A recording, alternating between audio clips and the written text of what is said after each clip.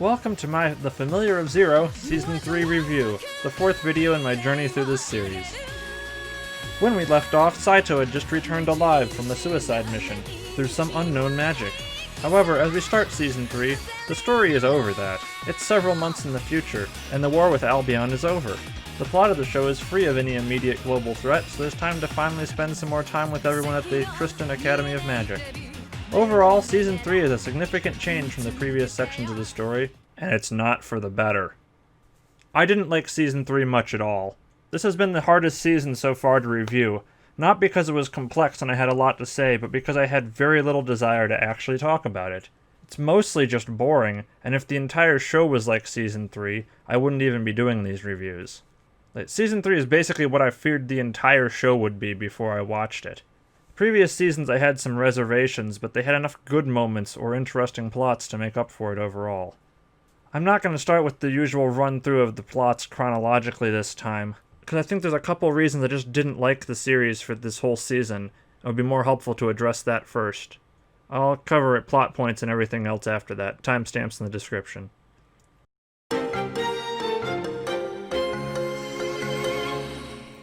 Too many pointless characters. There are too many characters in this show, all competing for screen time and undermining most of what could have been interesting scenes in this season. Look at this freeze frame from the end of the OP. How many of these characters matter here? I can't even tell you the names of all these people, but they sure were in a lot of scenes. Or, here's a better question. What is the goal of any of these characters this season? Most of the cast just exists in scenes and are not really working towards anything at all. Now that the war is over, they're just at the school. I can't say they're there to learn anything because that would imply we have more than one scene in a classroom in the entire season. And they just seem to leave the school whenever they feel like it. No one even seems to notice that Kirshi is probably gone for several days until she shows up on an airship. Julio was sent to Tristan on a mission of military importance, but I guess he's just decided to stay around as well. If all these characters were just in the background, it would be one thing, but they aren't. The supporting cast takes up a lot of the runtime of Season 3 and they do nothing. So much time is spent in every episode on just a bunch of characters doing stuff. There's usually a central conflict in the episode still, but it's diluted by how many other things also are happening. So why is there so much focus on these other characters? I have a theory. Adaptation decay. Season 3 feels like it's an adaptation. While Seasons 1 and 2 had some great episodes that used the medium well to present the story, in Season 3 it often feels like something's missing. Like the show is hitting all the important notes and missing all the actual development. There's no focus. A and B plots of episodes coexist but do not support each other, and instead of dramatic weight, priority seems to be given to making the show a comedy above all else. Since I've barely talked about any of the humor in the series beyond not finding abuse as a punchline funny, you can probably guess the jokes are not what I primarily wanted out of this story. I didn't initially want to cover this story as being an adaptation at all, because a story should stand on its own. But this season didn't stand on its own, so I've changed my plans. Seasons 1 and 2 felt like while they may have been leaving some details out, they were including everything important to the overall arc of the season. Season 3 does not feel like it is a beginning or end of a full arc. Most of the pieces are already in motion before the season starts, some set up as early about learning about Tabitha's family history in Season 1, and at the end of the season it only seems like a temporary halt to the plot, and most of the season didn't lead up to it at all. The first few episodes of the season introduced Tifiana. This was necessary as we obviously need to know who saved Saito at the end of last season and why. And this also gives us a small arc related to Saito refusing and then accepting the title of Chevalier. And Tifiana is an introduction to the conflict between the human kingdom and the elves, and a little bit of insight onto the world religions. And her whole plot reaches a climax in episode 4. We'll talk about that later because none of this matters for the rest of the season. As Season 4 diverges significantly from the light novels, we'll see if there's much that matter from this season that matters for the finale either. Princess Beatrice was introduced to give exposition for an episode and then just hangs around. Tifiana, after episode 4, just hangs around.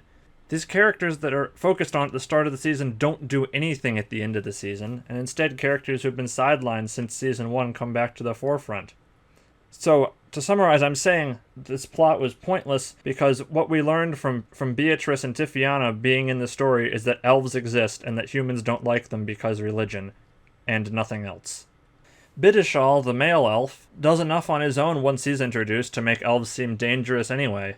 But it still doesn't matter because the conflict at the end of the season just uses elf magic to require void magic to be used, to make Louise important to the plot. The conflict at the end of the season is between Tabitha and the King of Gallia, and it doesn't involve any of the other characters, besides the king watching Louise for completely unrelated and unexplained reasons. I'm not suggesting there was even a much better way to handle things, as this season still runs alongside the light novel, so it has to have the same overall plot. But Season 3 feels off because of it, and it seems more like an adaptation for people who already know the source material rather than a product that stands alone. Aside, Harry Potter. Speaking of magic school stories with some iffy decisions made in adaptation, Harry Potter. Harry Potter had it even worse than a TV series, having to cram entire lengthy books into 2-hour movies. And for the first few movies, it worked. But as plots got more and more complex and relied more and more on already established information in the past, it became a lot less understandable if you hadn't already read the books. I'm not trying to say Harry Potter did it better or worse, but I think it's interesting that the story is bogged down for pretty much the same reasons. Adaptations are hard.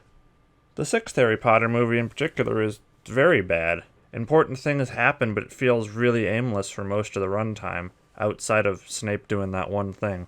Most of its important scenes are just dialogue to set up the final movies. The 5th movie was actually not very good either, but at least it had a cool fight scene at the end. Now let's get back to the familiar of Zero and run through some of the scenes and plots for this season that I have something to say about. Then we'll talk about other interesting world details and character growth. If it feels like I'm rushing through some of this section to this review, I sort of am. There's a good amount of ground I've already covered in the past, and I want to get to the meat of this season.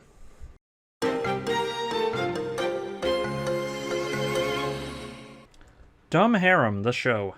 I spent 5 minutes last season going on about why I don't like dumb harem plots. While last season only had a few female characters involved with Saito, this season has debauchery enough for nearly every female character with a name, and it just starts taking over entire episodes with very little breathing room for actual characterization. Except for Tiziana, whose main character trait just actually is her breasts. There's so much attention paid to her breasts that it seems like the author needed someone to save Saito and needed to provide an excuse to discuss elves, and that's as far as he got. Those are just 2 things tacked onto her character. She's a plot vessel with a massive rack. Even the elements that progressed the plot felt unnecessary this time around. The entire circus convoy could have just been replaced with a handful of characters flying in on a dragon. They could still have the fight with Bishadal, and they could fly out across the border with no need for a big fight at the end of the season because they could just fly. Instead, we get multiple episodes of skimpy clothes and the most valuable tool at their disposal, the dragon, being a ditzy waifu in human form most of the time.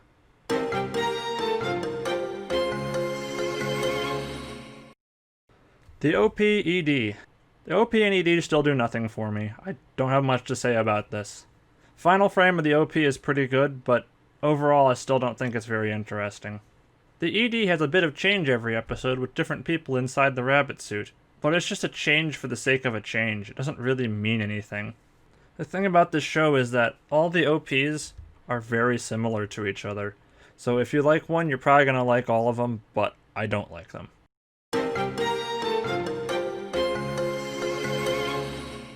Saito Unrivaled. The opening episodes are some nice characterization for Saito and a nice rank up in society. Although he doesn't have noble blood, Saito now has status to exist in the world, independent of Louise. This doesn't seem to change their relationship at all, but it does make Siesta an official third wheel to them, not that she wouldn't have continued to insert herself into their lives anyway. There's an extra bit of important characterization here that I originally didn't think about too much. Of all the extra characters hanging around that I just complained about, none of them are competing with Saito in any way. Throughout seasons 1 and 2, there were other men vying for Louise's affection, and a lot of authority figures or people of higher standing for Saito to challenge. This season, there are no challengers to Saito. He's accepted by society, and going off points I made last season, I think thematically this is because he has now accepted the values of this society. Look at all the things his suicide mission at the end of season 2 got him. Status as a chevalier, unquestioning affection from Louise, and the respect of his peers and the other young men at the academy. The only problem he has in his personal relationships is the amount of women throwing themselves at him. Also, Tiziana is introduced in these episodes. I already talked about her, but since we're going chronologically again, it's important to note because of episode 4.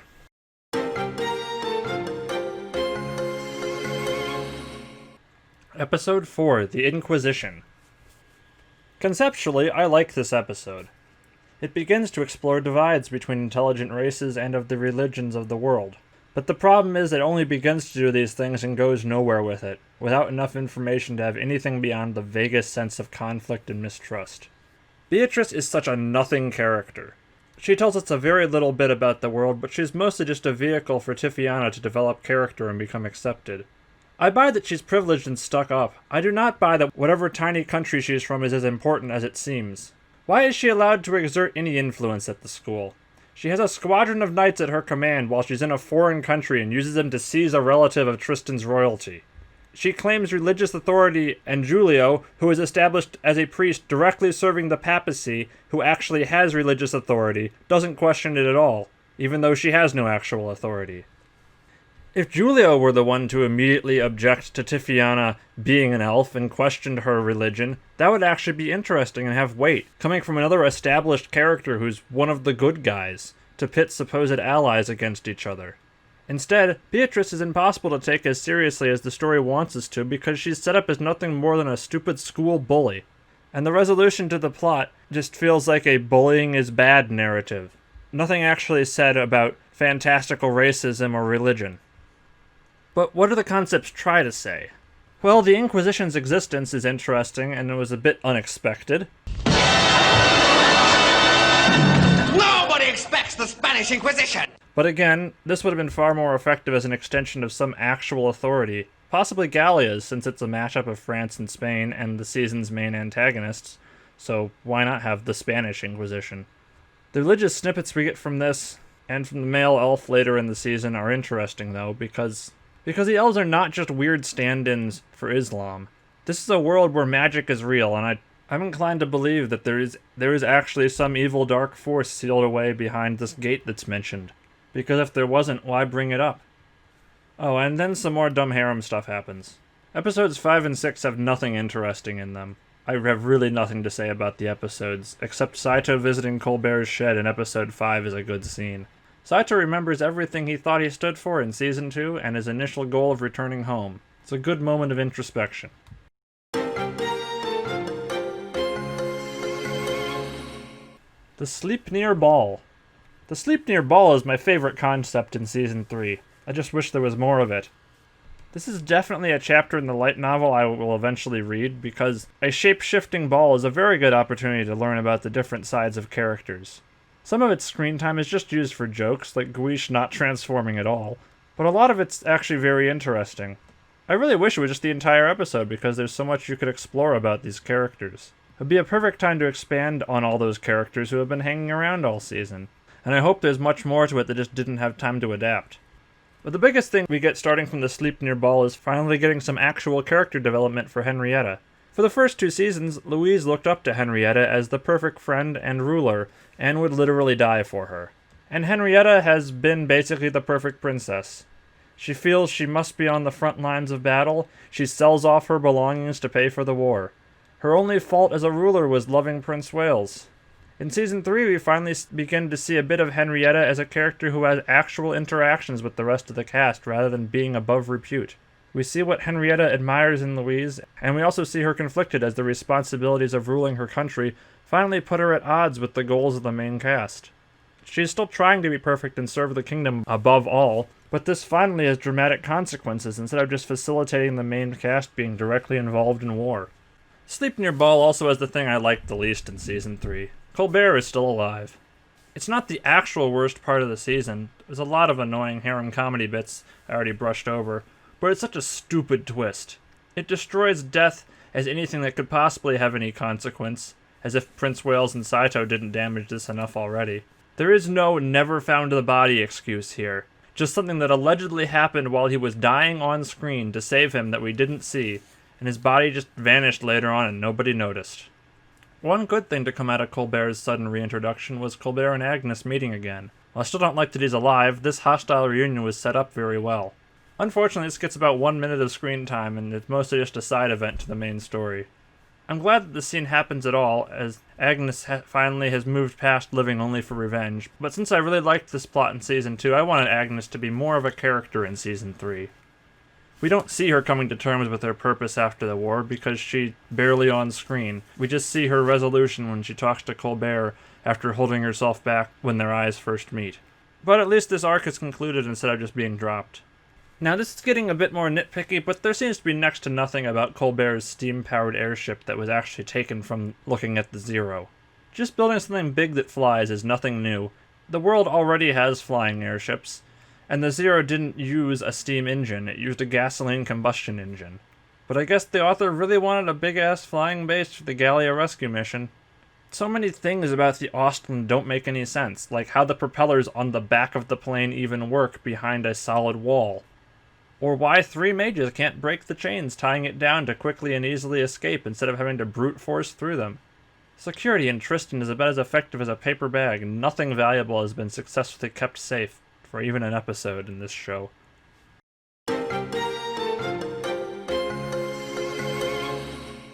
Tabitha and the season finale. Tabitha's life, or at least mental ability, being threatened is fine stakes for the end of the season. I like her and I don't want to see bad things happen to her. Her character conflict has been well established, but outside the broad strokes of the story, I don't like this finale much either. It's equivalent to the bad parts of previous seasons. The cast renouncing their noble status to go rescue her wasn't very dramatically effective. This is partly because I expected them to get it back at the end of the season anyway, and partly because although the show has established honor and status as of critical importance to the nobility, it has never been tied to their clothes. Saito gets a cape when he's granted the title of Chevalier, but he doesn't even wear it again until he has to dramatically take it off to renounce the title. And the other students take off their school capes, but it doesn't really feel like anything, because they've just come across as school uniforms, not a status symbol. This felt like more adaptation decay, like in the source material their clothes are, established to mean more. One reveal that actually surprised me was that Tabitha's sister is her familiar, Sylphid the dragon. I did not see that coming at all, even though it's become somewhat of a cliche for fantasy anime stories.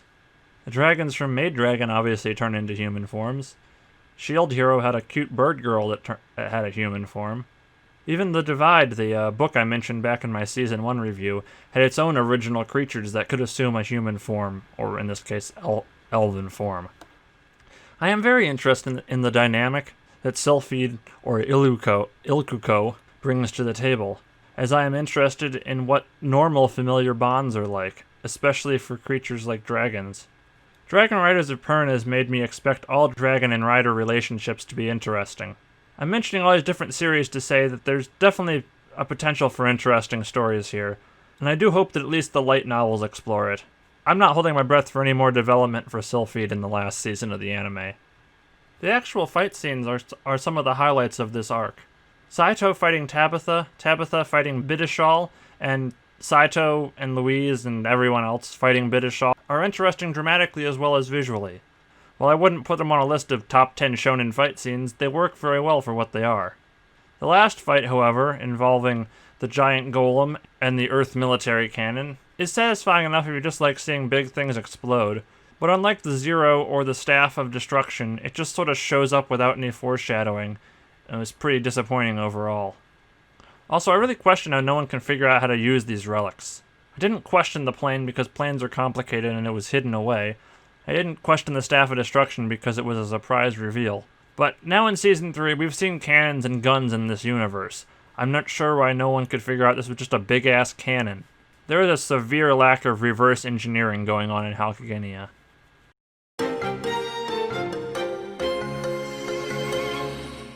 Characters. Here's a quick rundown on all the characters, a lot of whom didn't really do anything.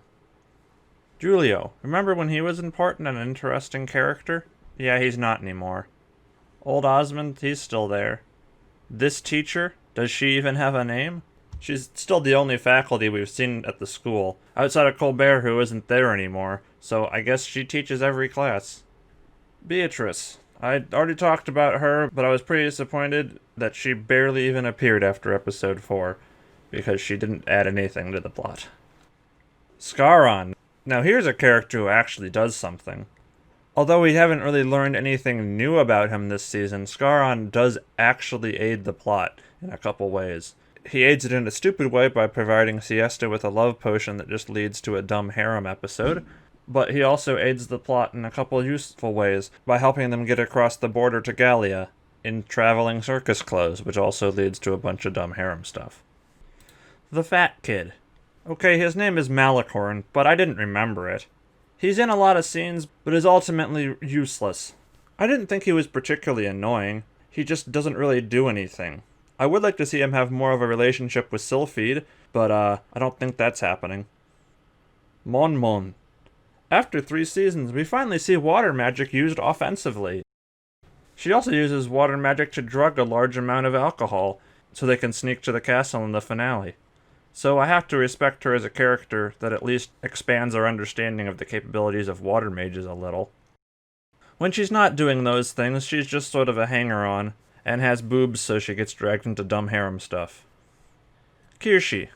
You might say that Kirshi did a lot this season, but she didn't. She tags along, but she's only integral to scenes that involve sex appeal. As far as her relationship, she's after Colbert now that we know he's a very powerful mage and has a huge ship.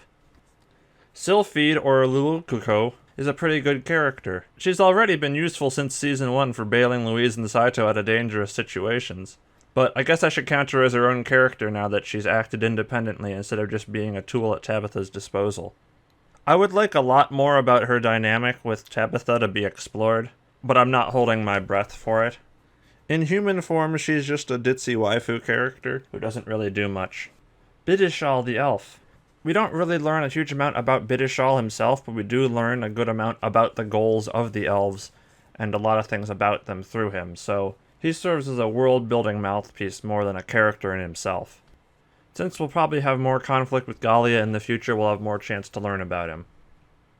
King Joseph. For whatever reason, I have a really hard time remembering this guy's name. Anyway, King Joseph is a bad villain because he has no motivation. He seems to care about his own entertainment more than any particular goal, as he often complains about being bored. You can have a villain who likes toying with the protagonists, but Joseph really doesn't have much of a plan at all. He wanted to turn Tabitha brain dead, but he doesn't really seem to care all that much that she escaped. He also doesn't seem to care very much his giant golem, which probably took an obscene amount of valuable resources to build, got destroyed. I wouldn't care so much if he had just a different goal, unrelated, and was doing this to distract people and buy time. But so far, he's been the man in the shadows behind the scenes this whole time, without a clear reason for doing anything. Joseph wants Louise, but Louise and Joseph have no history, and there's not even enough information about Joseph to draw comparisons between him and other rulers.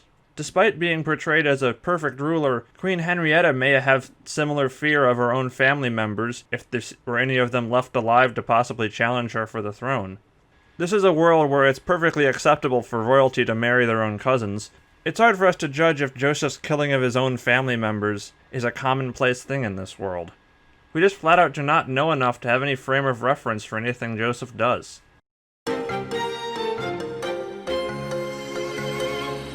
Interesting world building. Now for some other miscellaneous things I have to say about this season. Once Bidishal is introduced, we get a more compelling explanation than a religion the story doesn't care to elaborate on, as for why people are afraid of elves. Nature magic. Nature magic is a fundamental threat to the established order of the human world, as it seems to trump all normal means of warfare in the world. Elves are not just feared as different, they operate completely outside the magical rules of Halkagenia, as well as being outside of their society. The only counter to the counterspell seems to be void magic, which also helps us understand why void magic is so feared. Things falling outside the norm of society are feared, but things that can be a threat to the power structure are taboo. Remember from the start of Season 2 that Dispel also nullifies hexagon magic, which is only usable by royalty. Void magic's existence is a direct threat to monarchs being the most powerful mages around. Of course, there's one other X-factor that will certainly matter in the future of the world that also counteracts mages. Guns. Guns are introduced as being faster than spells the first time they appear on screen. As I've said many times, this is not a story about a commoner uprising, but when guns become more widespread in the world, nobles will have a lot less of a trump card to maintain power. The scene in the stupid spying on the bathhouse episode, with the dolls dancing in the main hall at night, is very interesting. It's sorta symbolic, sorta creepy, and sorta surreal. But more interestingly, it's never explained, and there's no other scenes in the whole series with a tone like it. I actually liked the weird shift a lot, but it ultimately mattered so little I completely forgot about it in the initial draft of the script. My favorite single moment of Season 3 was when Louise grabbed Saito's head in between her thighs to aim the last night lens at him. I said out loud, "Oh hell yeah!" It's not the best moment of the season, but it's my favorite. I think this moment stands out as sort of interesting, because it's really the only moment in the entire series where a sexual characteristic other than breasts is focused on. I can't think of any other time where the focus of a shot is on a character's thighs. So this is just such a strange departure from the rest of the series that it's very memorable. The flying manta ray thing that Sheffield rides around on is interesting because it's the first unidentifiable creature we've seen in a long time. There was a silly eyeball thing that was summoned as a familiar in Season 1, but since then there haven't been very many unique creatures around. Speaking of which, what happened to all the other familiars anyway? Initially I was thinking we would see all the other students' familiars around in this story. That didn't happen. This happened in Season 2 and even Season 1 also, but where'd all the other familiars go? We see Osmond's mouse and Grisha's mole, but Kirshi's fire lizard is missing in action. Tabitha's dragon Sylphide obviously is still around, because she's frequently plot critical. But seeing all the other familiars around occasionally would be a nice background detail. European parallels. Alhambra Castle is named after a real castle in Spain. That's about all I've got for this season. The European parallels really dropped off after Season 1. I've seen media made in Spain that cartoonishly depicts the Spanish with light blue hair, but I don't think that was an intentional artistic call-out for this series. Siesta has black hair because she's of Asian descent, but I don't think the hair colors are actually supposed to matter beyond that. There's also the family name Orleans, which is from French nobility, and Gallia was a kingdom in the real world in what became France. So Gallia continues to sort of just be a mix between France and Spain.